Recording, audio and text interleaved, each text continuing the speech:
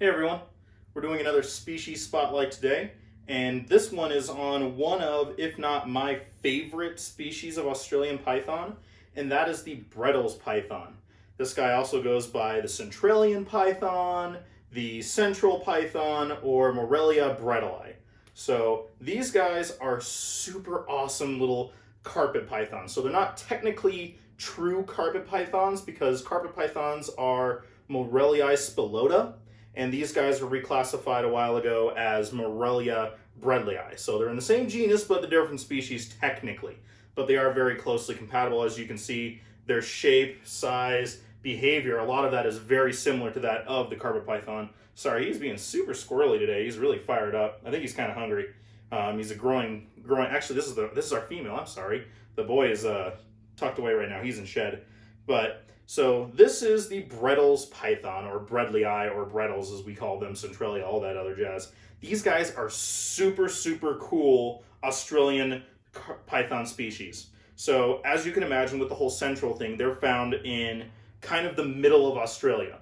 They're found in the southern part of the Northern Territory, which is, the Northern Territory is kind of like the middle of the continent / country, and it's at the top of it, but it goes down really far. So for anybody who is familiar with Australian species or Australia or anything like that, there are a lot of the times they're found kind of like in the Alice Springs kind of area. So kind of in the middle of nowhere, Australia, but they're not found just kind of in the complete arid desert. They're kind of found in like little oasis pockets, like down in canyons and near like riverbeds and still kind of wooded foresty areas and stuff like that. These guys are super cool. They're not as like variable as like a lot of the other carpets, like the jungle, the coastal, and the Darwins and all of that. They're all still technically the same python, which I know a lot of carpet people out there are going to get very mad at me. But if you look at just the straight DNA, they're kind of the same python other than like the diamond python, which is the spilota. But these guys have that very rich kind of orangey red color that goes down this blackish tail. They have those kind of creamy yellow white dots and patternings and stripes. They can vary a little bit. There is a hypo gene that's naturally occurring in these guys. The male is a little bit lighter than her. She's pretty dark. And so for a lot of the time, they're this kind of really orange red color here at the top. And then if she will let me, it goes down to almost black there at the tail, still with all that fun striping and stuff. And like I said, that can vary a little bit.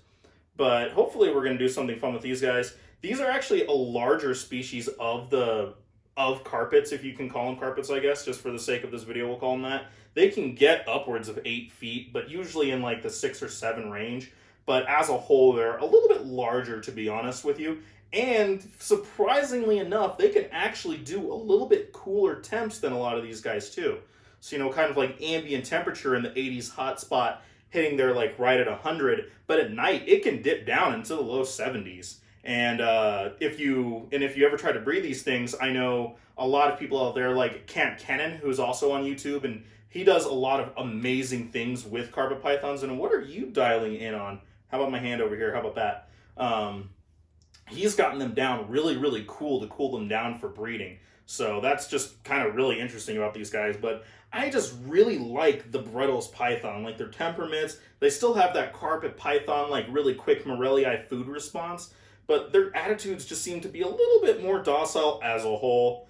They're a little bit more handleable. They're still kind of quick. They're still fairly responsive and reactive when it comes to things as far as pythons go. But I think these guys are just absolutely amazing little creatures. I've always liked Morelia, so that's that whole kind of carpet, and also green tree, by the way.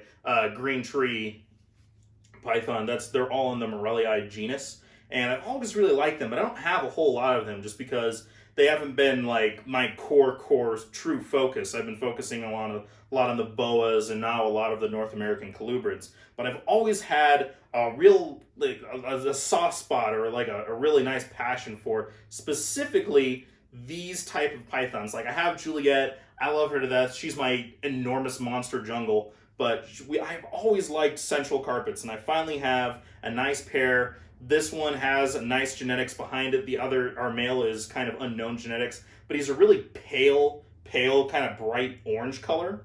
And his tail's still pretty dark too, so I'm hoping I can get some really nice cool contrast if I can actually get them to reproduce and breed, where I can maybe get a lighter orange and still keep that really dark tail, because his tail is not nearly this dark either. But anywho's will be, I really, really love these guys. These things are super awesome. They are also clearly semi-arboreal. As you can see, he's trying to climb on me. So if you're going to keep them, give them some space to climb. They can be kept successfully in racks. But, if you can, give them the room. Let them climb. I would say at least a 4-foot enclosure. If bigger, why not? And then at least 2 feet high, so that way you can give them a perch or a stand or somewhere to climb on. Always remember, they need that humid hide. Yeah, they're from Australia. They're from the arid part of Australia too, but they still need that humidity. So give them a place to hide with some sphagnum moss. Give them that big water dish. And these guys, a lot of people who keep Morellii do a little bit more of kind of like seasonal feeding. Not so much like, okay, they get one rat once a week. These guys, a lot of Morellii keepers that I've kind of been following or researching, because I always try to do research when you're getting into new species, and I haven't had these guys terribly long. I've only had the male about a year and a half, and this girl, she's still technically in quarantine, so this will be the last snake that I mess with today. Only for about 2 months now.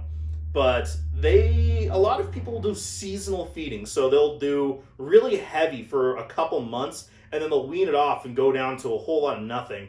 So it's similar to like what you would do with like when you do colubrid breeding. So you'll kind of take them off and then you'll brumate them. They won't have any food for the winter months. So you'll go for regular feeding and then you'll wean them to nothing for a couple weeks, make sure the system's clear, and then you'll cool them down, brumate them, and then you start to bring them warm and back up and you start feeding them again.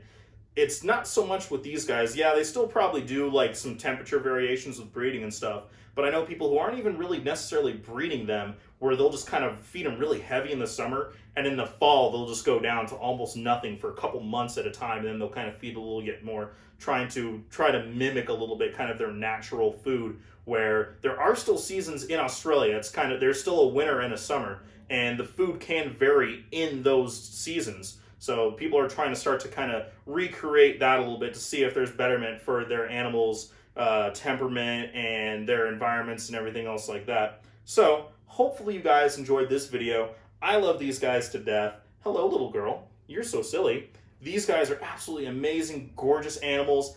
I love them to death. Hopefully you guys are enjoying these videos, that you enjoy snakes, and even if you weren't necessarily really into snakes, you can kind of start to appreciate like how beautiful and interesting and amazing these creatures are. If you have any questions or comments, let me know down in the comments. Hit me up on Facebook, Instagram, jzsreptiles, all of that jazz. If you're interested in snake eggs, I do have a few going in the incubator, hopefully a few more coming out later this year. Unfortunately, it's mostly all ball pythons right now, but hey, that's something to get started with. I still have plenty of ball pythons as well as the rest of my incredible reptile zoo. Hope you enjoyed this video, and I'll catch you next time.